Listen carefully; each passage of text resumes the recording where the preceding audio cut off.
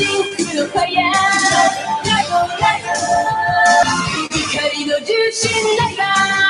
right. Happy New Year, everybody. Well, it's like 3 days in, but this is the first show from Studio P. It's very loose tonight, real quick, because the show's going to start in a couple hours. Welcome to the preview show of Wrestle Kingdom 15 New Japan Pro Wrestling. I am your host from Turnbuckle Throwbacks, the Impact player, Mr. Philly Raya. And I'm going to hang out with you guys for a little while, and then later on we'll go on, I guess, Zoom with some people. We'll do that later on tonight. But right now, I'm just going to preview the 2-day extravaganza that is Wrestle Kingdom. Last year was the first year. It was 2 days. Now it's 2 days this year. And since 2013, New Japan Pro Wrestling is near and dear to me. It's been nothing but fun. It gets better and better every year.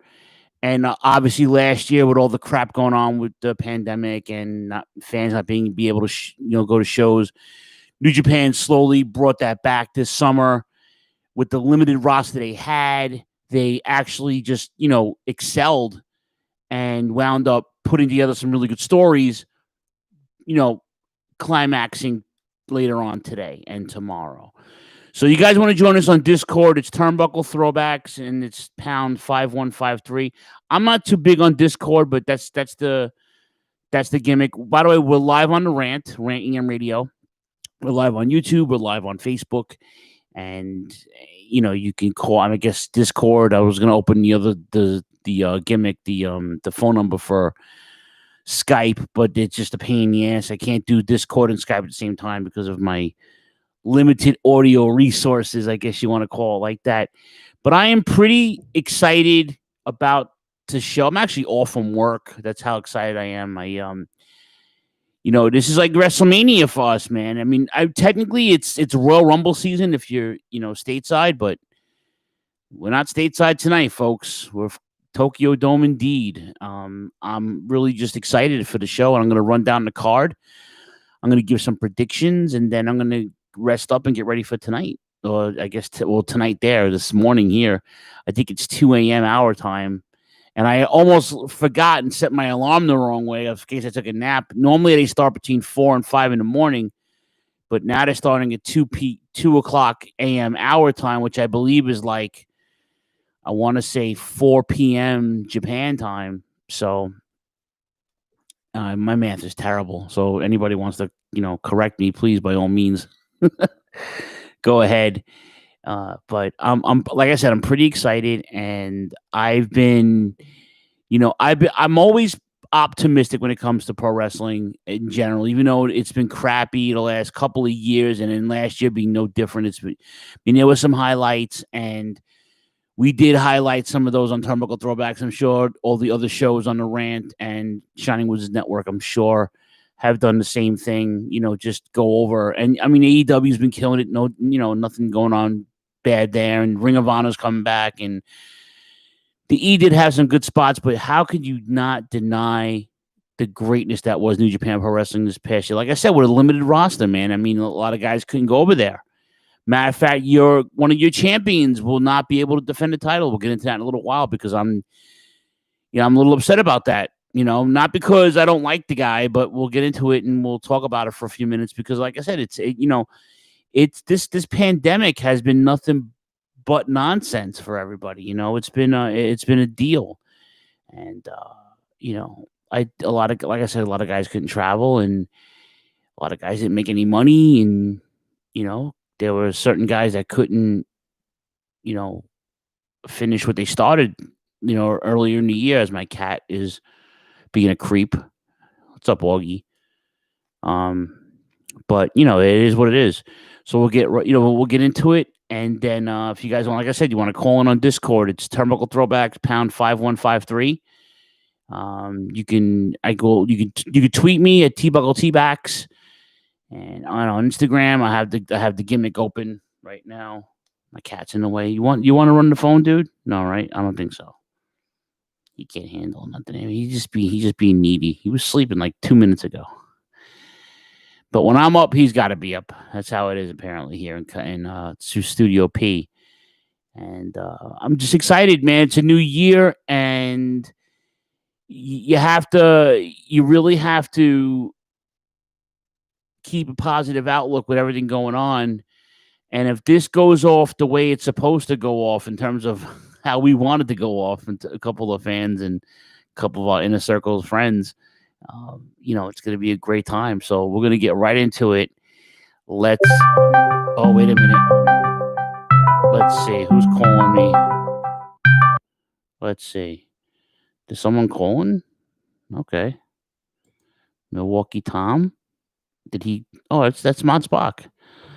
Okay, I'll allow that. Let's try to call him back.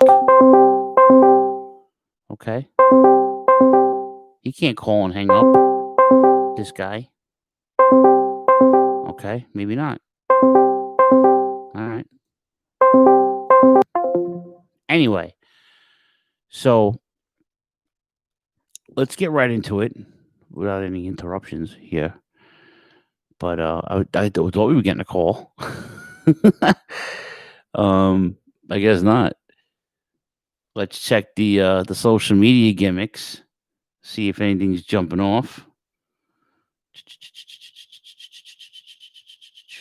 Oh boy. Let's see. All right. So let's get right into it. Your opening night. This is going to be, like I said, in a couple of hours. They're going to have a New Japan Rambo, which I don't know. I got to look up I should have looked that up before I did that, but hold on one second. Wrestle Kingdom 15. Let's see. I'm going to try to find the card. Let me see. Yeah, let me look at the I want to see if they have the Battle Royal, the gimmicks. Let's see.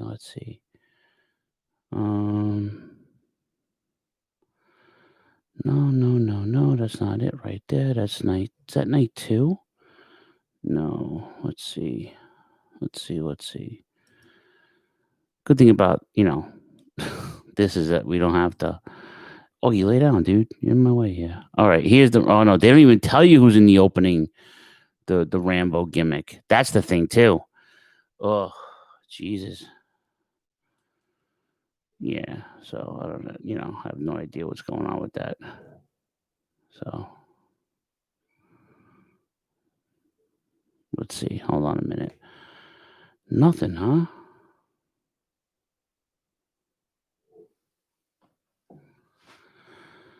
Oh boy. All right. Anyway, at least technology didn't fail me yet. All right. So your first match for Wrestle Kingdom 15 will be the Best of the Super Juniors 27 winner versus the Super J Cup winner, special singles match. And it's going to be Hiromu Takahashi, who won the Super Junior tournament, against El Phantasmo, who was the Super J Cup winner this year. I got to tell you, with Evil leaving LIJ and the dynamic that was that faction, you really had a sense of, the team taking a different turn, even with Shingo and him coming to the heavyweight division last year. But Takahashi was hurt for most of last year, so when he came back and made the moves, he had some high profile matches the last couple of months, and then instead of challenging for the junior heavyweight championship, which is currently held by the Bone Soldier, he just does an off the wall thing and says, I'm going to challenge the Super J Cup winner instead, because they pulled some guys that were, less, not I don't want to say less than desirable, but It wasn't a super super strong, no pun intended, for the Super J Cup tournament. It wasn't bad. Don't get me wrong. But I want to see how this goes in terms of maybe a future story on Takahashi. He's living the gimmick. He's definitely living the gimmick, and I like him to win. This can go either way. If Phantasmo wins, I mean, both of these guys are right now technically, um, technically are number one contenders for the IWGP heavyweight championship. So it was junior heavyweight championship. So we'll see what happens with that. Your second match is a IWGP heavyweight tag team title match. Your world tag team 2020 winners, the Gorillas of Destiny, one of my favorite teams right now, currently in pro wrestling, period. Tonga Loa and Tama Tonga, taking on the Suzuki-gun team of the 87th World Tag Team Champions, Zack Sabre Jr. and Taichi. This is their third defense. I'm telling you, right? I mean, I think the writing's on the wall.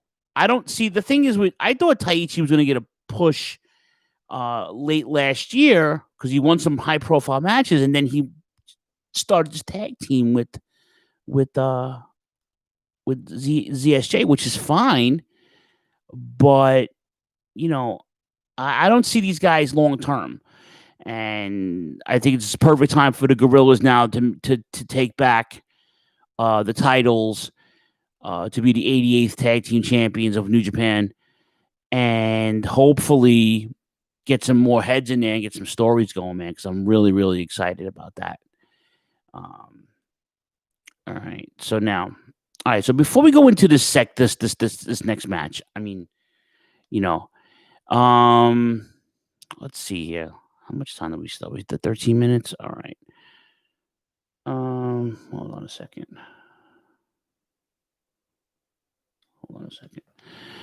And I don't know. I just I'm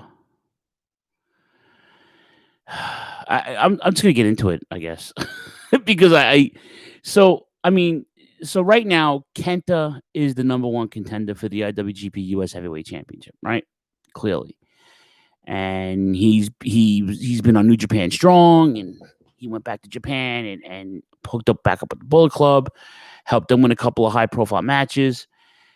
And then he's got the suitcase that he breaks 17 times already, and he's calling out Moxley, and he's calling, but unfortunately Moxley can't travel for several reasons. Why? Because of the pandemic, the travel restrictions. That's one, which is weird to me because the other guys in Florida traveled, so I don't see why he couldn't come. And I know it's his wife. Well, and then of course his wife is pregnant, so maybe he doesn't want to, and he just lost the AEW championship. So I'm thinking maybe that he didn't want to. Maybe he just don't want to catch anything, and he wants to stay home and quarantine. And so now Kenta is now forced to just go on social media, call him out constantly, and then gets a challenge from old school former champion himself, Kojima, who's been the curtain jerk for the New Japan card since they came back. No disrespect. He's a fucking legend. That's neither here or there. But this should be Moxley, or they should have stripped him and had a contenders match or whatever. Or this should be for the U.S. title. And I'm sorry, man. He's been the champion for over a year. And can we not, almost a year, I think it was a little over a year or over a year, I forget. But can we not, are we discrediting it? And this is not because this is because my disdain for Moxley. This has nothing to do with Moxley personally or his wrestling. Because, again, if he was able to do it, he should have. And if he couldn't make the obligation, he should have did the right thing and turned in the title. Or New Japan should have stripped him. New Japan should have stripped him because it's the right thing to do. Now, you're slowly getting your roster back. You're slowly building shit up, and you're not, and this is supposed to be, the Intercontinental title obviously is the is the second belt in New Japan Pro Wrestling. Now you have this third title with the dojo starting up in the States. You got guys coming, you got Lions coming up, you got guys coming in, you got like, the Jeff Cobbs of the world and the Juarez of the world and even the Tanahashi of the world. I mean, you got a lot of guys that can compete for that title. A lot of mid-card guys that can compete for that title. You know what I'm saying?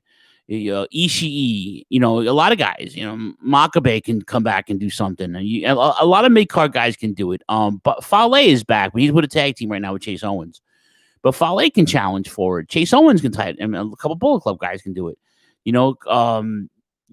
Sonata, who's proven himself worthy as a singles competitor, almost won the G1.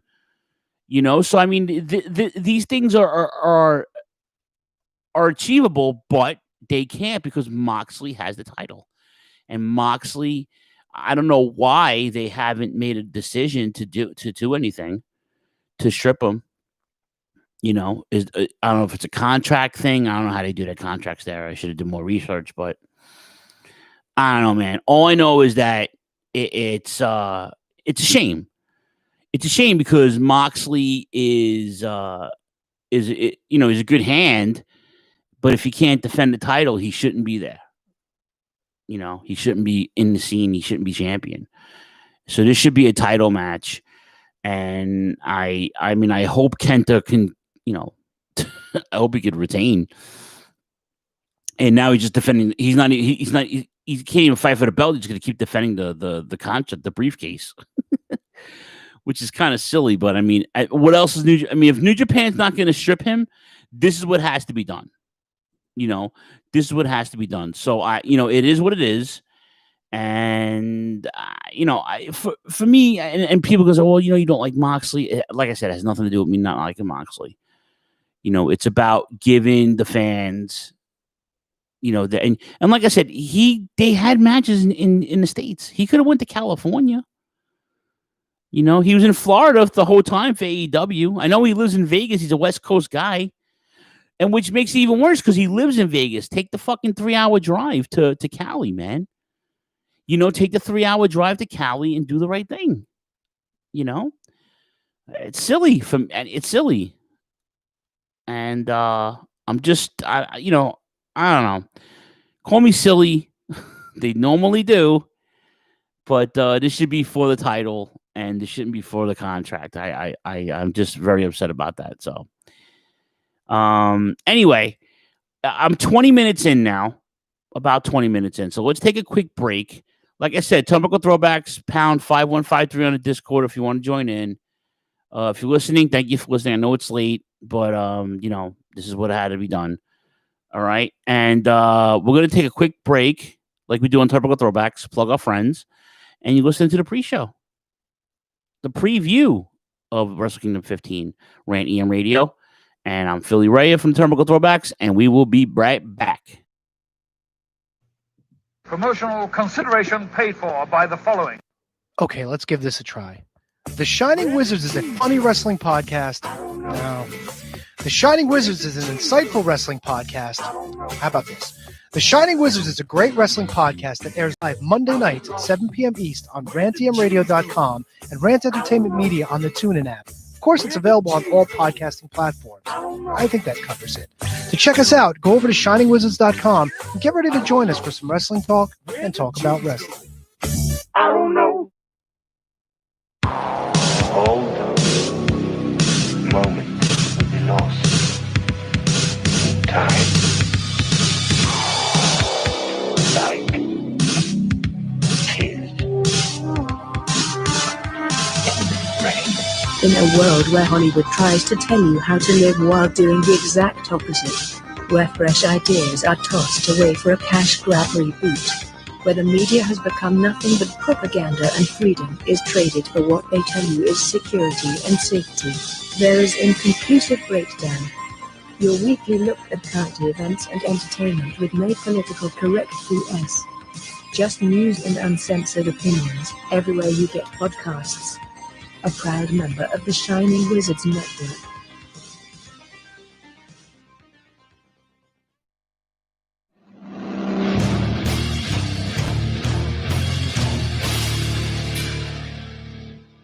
Horns up, beautiful motherfuckers.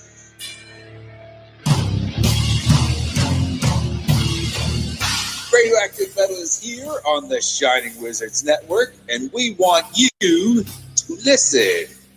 Every week, we cover the world of heavy metal and speak to your favorite bands. We discuss new releases, concerts, controversies, and everything else that's related to heavy metal. And occasionally, we even talk about pro wrestling. Catch us live every Thursday night on purerockradio.net. Listen to past episodes at radioactivemetal.org or at shiningwizardsnetwork.com. And remember, it's not metal unless it's radioactive metal. Hey, this is Mike from the Midnight Jury. When you are done with this show, join my co-hosts Adam, Cal, Sydney, and I every Friday as we travel back to the last old school generation of the 80s and 90s to review the best and worst in pop culture, horror, and occasionally pro wrestling on WLWstudios.com or the Midnight Jury feeds on iTunes, TuneIn Radio, or Player FM. Go back in time when it was all about VHS, arcades, and hanging out at the mall. And remember that every second Saturday of the month, we go live at 8 p.m. Eastern Standard Time on Rant EM Radio, which includes taking your calls. Once again, that's the Midnight Jury on iTunes, TuneIn Radio, Player FM, and our home, WLWstudios.com. We'll see you there.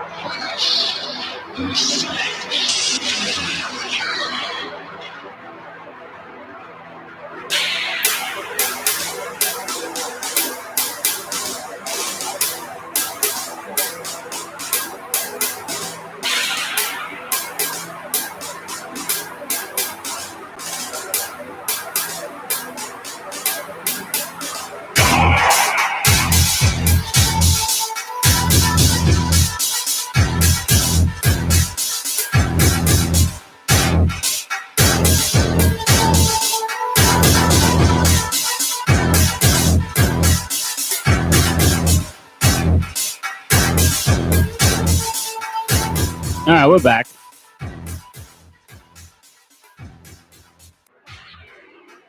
All right. I like Kento's music. It's a little like Blade Runner-ish. All right, we're back. Wrestle Kingdom 15 preview show. I'm Philly Ray from the Turnbuckle Throwbacks. We're live on the Rant, part of the Shining Wizards Network, part of Dark Satellite Media. Speaking of Shining Wizards, Brody King on the show on Monday. Ring of Honor's own Brody King is going to be on the show. Former Villain Enterprises member. A hardcore dude, hardcore scene in a hardcore band. For his size, he's a beast. You should listen to the Wizards every Monday at 7 o'clock. Live here on Rant EM Radio and on Facebook and every other platform that they're on. I believe they're on Open Mic and some other shit. But yeah, definitely look them up. Hit them up. Tell them I sent you. You'll get absolutely nothing for it. And enjoy. All right. Okay, moving on. The fourth match, a special singles match. All right, so we know what happened a couple of months ago. Will Ospreay turning on Okada, starting his own faction with Brie Priestley, Jeff Cobb, and this dude called the Great Okan. He looks like a reject from those kung fu movies I used to watch when I was a kid, locally here in New York on Channel 5. He's called Kung Fu Theater on so he looks like one of those dudes that like the karate masters that like the boss, not the main boss, but the guy who was like the messenger, you know, like the dude who would get his ass kicked from the good guy, like the face guy, like go tell your boss I'll fight him now, you know, you son of a bitch. And you know, of course, the mouth keeps going, but he stops talking because their dubbing was awful and it was hysterical. But I digress. However, he looks like just a reject from a karate movie. Great-O-Khan is not a bad worker, but he's got his hands full with the legend, the ace of New Japan Pro Wrestling, Hiromu Takahashi, who was recently, up until a couple of weeks ago, a couple months ago, was in a tag team, was tag team champions with Kota Ibushi, who's in the main event tonight. And, now Ibushi's got his thing, and now Tanahashi's going his way, and that's how it's going to go. And my phone's going off. Why is it going off? Everybody's texting me. So, anyway, this is so Tanahashi, and I've said this before on Turnbuckle Throwbacks and every other show that I called in on at Talks New Japan. To me, Tanahashi is the John Cena of New Japan. And he's in a stage of his career now where he's going to start profiling certain guys, putting them over, not necessarily jobbing all the time, but, putting himself in that position where he can, slowly pass the torch because, there's a lot of guys in there who are chomping at the bit, and Tanahashi's been there, done that. A legend in the sport, a legend in Japan, a legend in New Japan, loved all over the world. And at this stage of his career, still a really, really fine worker. Still takes the moves, still takes the bumps. I've never disliked Hiromu Tanahashi. He's one of my favorites of all time, actually. And I don't see him winning just because of the role that this faction's on, that Will Ospreay's running now. But it's gonna be an interesting match. Speaking of the new, this new faction, Okada does get his revenge against Will Ospreay. If it wasn't for Okada, Will Ospreay would be unemployed in Japan. This is the shoot. He brought him in, picking him from England, and I believe Ospreay is he the British heavyweight champion of Progress? Not Progress. Rev Pro. I'm not sure. I think one of either him or ZSJ, one of those guys. I think it's ZSJ. But Ospreay, reinvented himself, and the guy is phenomenal. I mean, he's one of the best workers in the world. He reminds me of an AJ Styles, a young AJ Styles, a younger, I should say, AJ Styles. And he wound up staying when guys were bailing. He stayed. He stayed in Japan. I mean, New Japan is home, and it's going to work out for him now because now Will Ospreay is a main player. He did what he had to do. He turned on his buddy, and he now is a full-fledged heel and has his own little faction, which is cool. And basically, it's going to come down to can Okada overcome this, because Okada's had a bad, rough go of it the last couple of months. Let's be honest here. Between being turned on and then not winning the G1 and then just losing some profile matches. The Rainmaker, who's my favorite wrestler in New Japan currently, should be next to Evil, but should be wanting to get this win. Okada. I mean, if anybody needs a W in a storyline, it's definitely Okada. He's got to beat Ospreay, basically to get his mojo back. To put some respect back in that name, man. You know what I'm saying? Chaos is not the faction it used to be. It's lost a little bit of its motor because they don't have the manpower anymore. Guys are not there anymore, and the guys who are there are, involved in other shit. So it's like Okada's basically on his own since he lost, Gato to Bullet Club last year.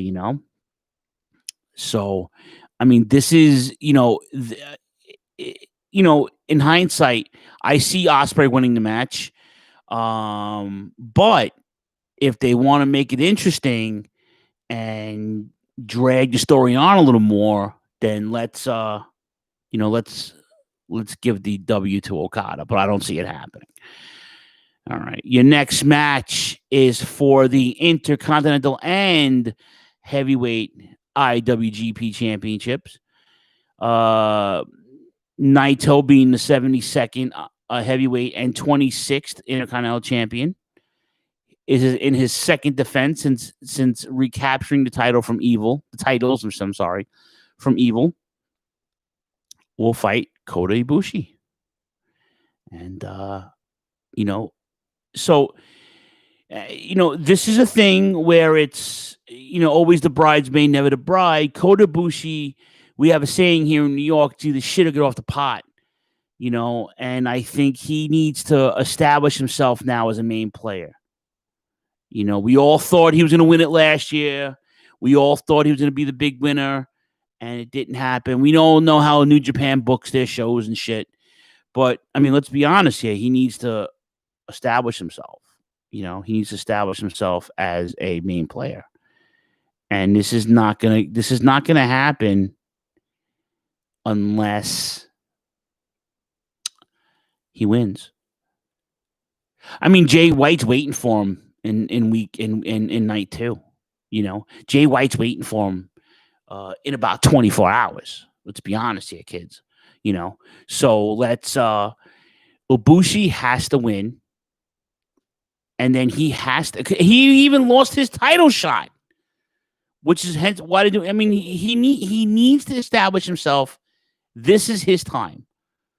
This is his time. The same way his partner broke off and became an amazing super junior heavyweight, and then became the best heavyweight in the world, and then Rambo is I'm not saying he has to follow the same path as Kenny Omega did when they were a team, but he's on that. He could be on that level. Ibushi is an amazing competitor. Amazing competitor. He does wonderful things. He makes it interesting. He's an amazing talent. I can't say enough about both these guys. Naito is one of my favorite guys. And I said when Naito was in Ibushi's scenario, I was saying the same thing about Naito. Naito has to establish himself, and he did. And he became basically the best wrestler on the roster. And if Kota Ibushi wants to knock him off that pedestal, it's got to be tonight. It's got to be tonight. And if he doesn't, then they have other plans for him. All right, you guys want to call in and chat, man? I mean, I got a little bit of time to kill here. Turnbuckle Throwbacks, pound 5153. You guys want to get in it? Get on it with the Discord gimmicks. You want to get in there and chat with your boy for a few minutes. If not, I'm going to shut it down in like 10 minutes. But I just wanted to do this for you guys before we get into it later on. And I'm just super stoked about the whole thing. Well, let's get into night 2, and we'll run that card down, and then we'll call it a day. All right.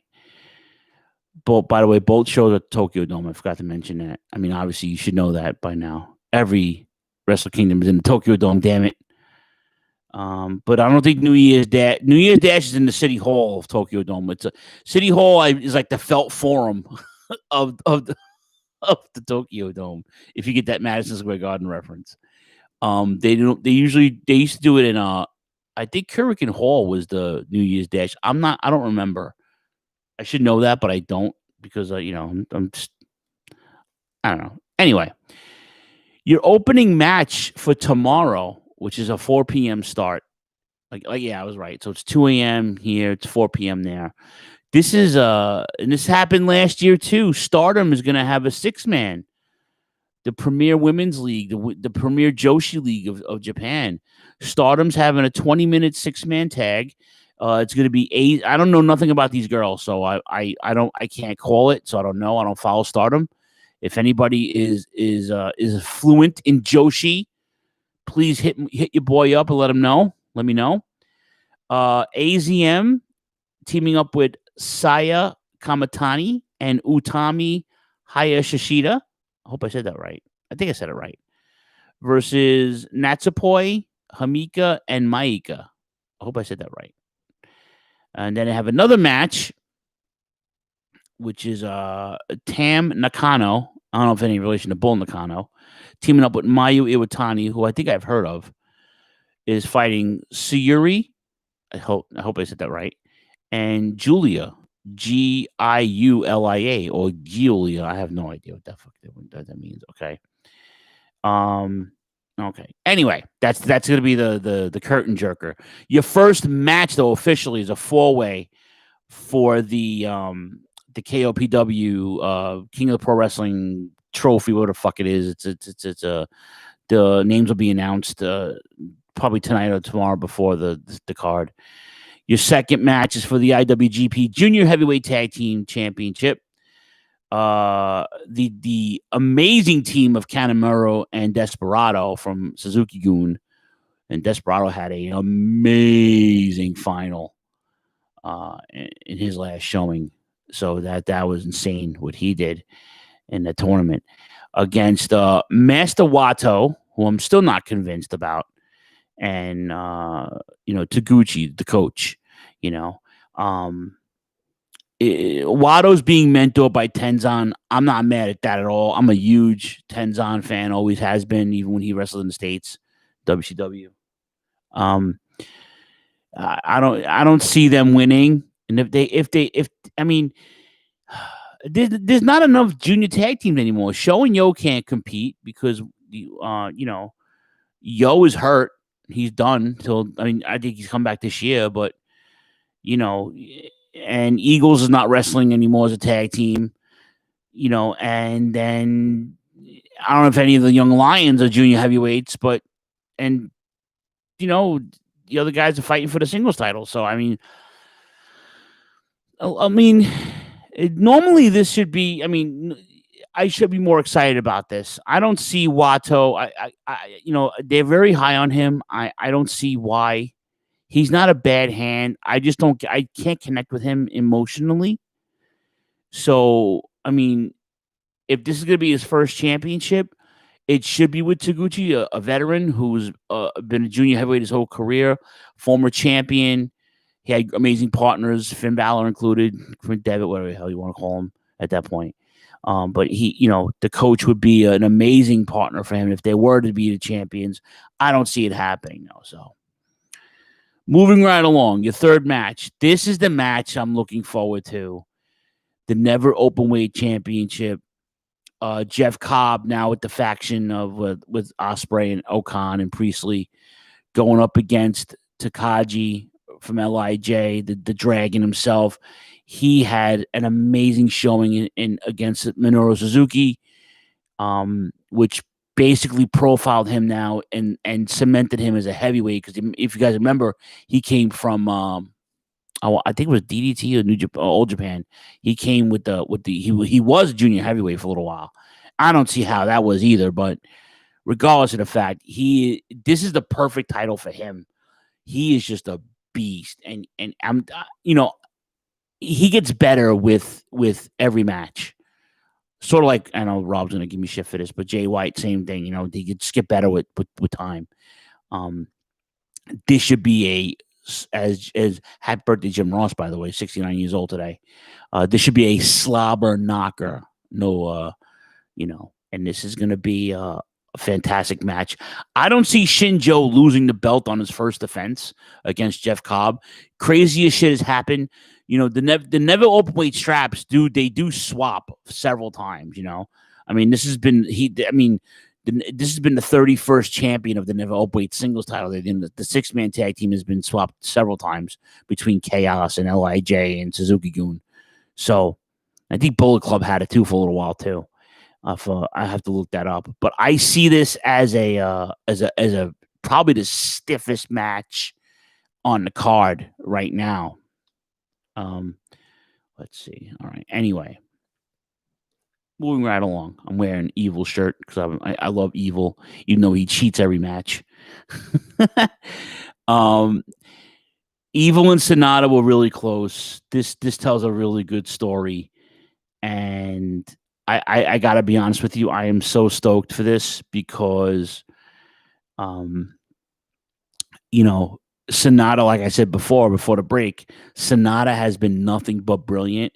He's had amazing matches the last couple of months of his career, and him and Evil have been in tag teams against each other and have been wound up just getting into it and it's getting. I mean, Sonata had a couple of title matches too against Evil, which he could have won if Evil didn't have Bullet Club and what's his nuts, Dick Togo, So this should be a great match. I actually see Evil winning this, though I wouldn't mind Sonata winning it, even though I'm so high on Sonata. I don't know why Choppy's not. Choppy says he has no charisma, which I think is insane, but it's either here or there.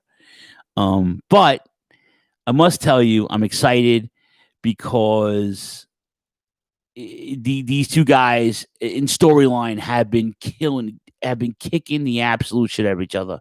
It's gonna be a great match. I'm excited for that tomorrow as well. All right, your fifth match of the evening was for the IWGP Junior Heavyweight Championship. So the winner of the Takahashi Phantasmo match is going to take on Ishimori. You want to talk about a junior heavyweight is the complete package. Taiji Ishimori, the Bone Soldier of Bullet Club. This kid is the perfect complete package. He can stiff it. He can go to the air. He can do submission. He's one of the best hybrid junior heavyweights in the world. Right now, he can beat any junior heavyweight on the roster and do it well. And he's had success against everybody. He just won the title back, so this is his first defense. Takahashi, if he does wind up beating Phantasmo, which I think is going to happen, is going to get his rematch against Ishimori. I don't see Ishimori losing this. Again, New Japan booking always happens differently. Who knows? And finally, for the IWGP Heavyweight and Intercontinental title double championship match, the sixth match of the card, the winner of Kota Ibushi and Naito against Jay White. Now, Jay White smuggled his way back in, snuck his way back in, got the title shot, won the briefcase, and you know what? It's going to bite him in the ass because this has to be Ibushi's time, and he's been calling Ibushi out. He's been talking shit to him after every card. And, when they have the little press conference gimmicks, and after the stream is over, and after the matches are over, Jay White's been taunting the shit out of Kota Ibushi. This is Ibushi's time. He should be winning both matches and being the heavyweight and IC champion. That's it, man. That's the bottom line. It should be. I mean, like I said, crazy shit has happened. We thought last year Ibushi should have won it, So I don't know. But that's your rundown for Wrestle Kingdom 15. It's gonna be a shit show if things don't go the way we want them to go. we're gonna have a lot to say on Friday on Turnbuckle Throwbacks. You know what I'm saying? But I hope you guys do get to see it on. We won't spoil it for you. We'll be live. We'll be transmitting live in a couple hours.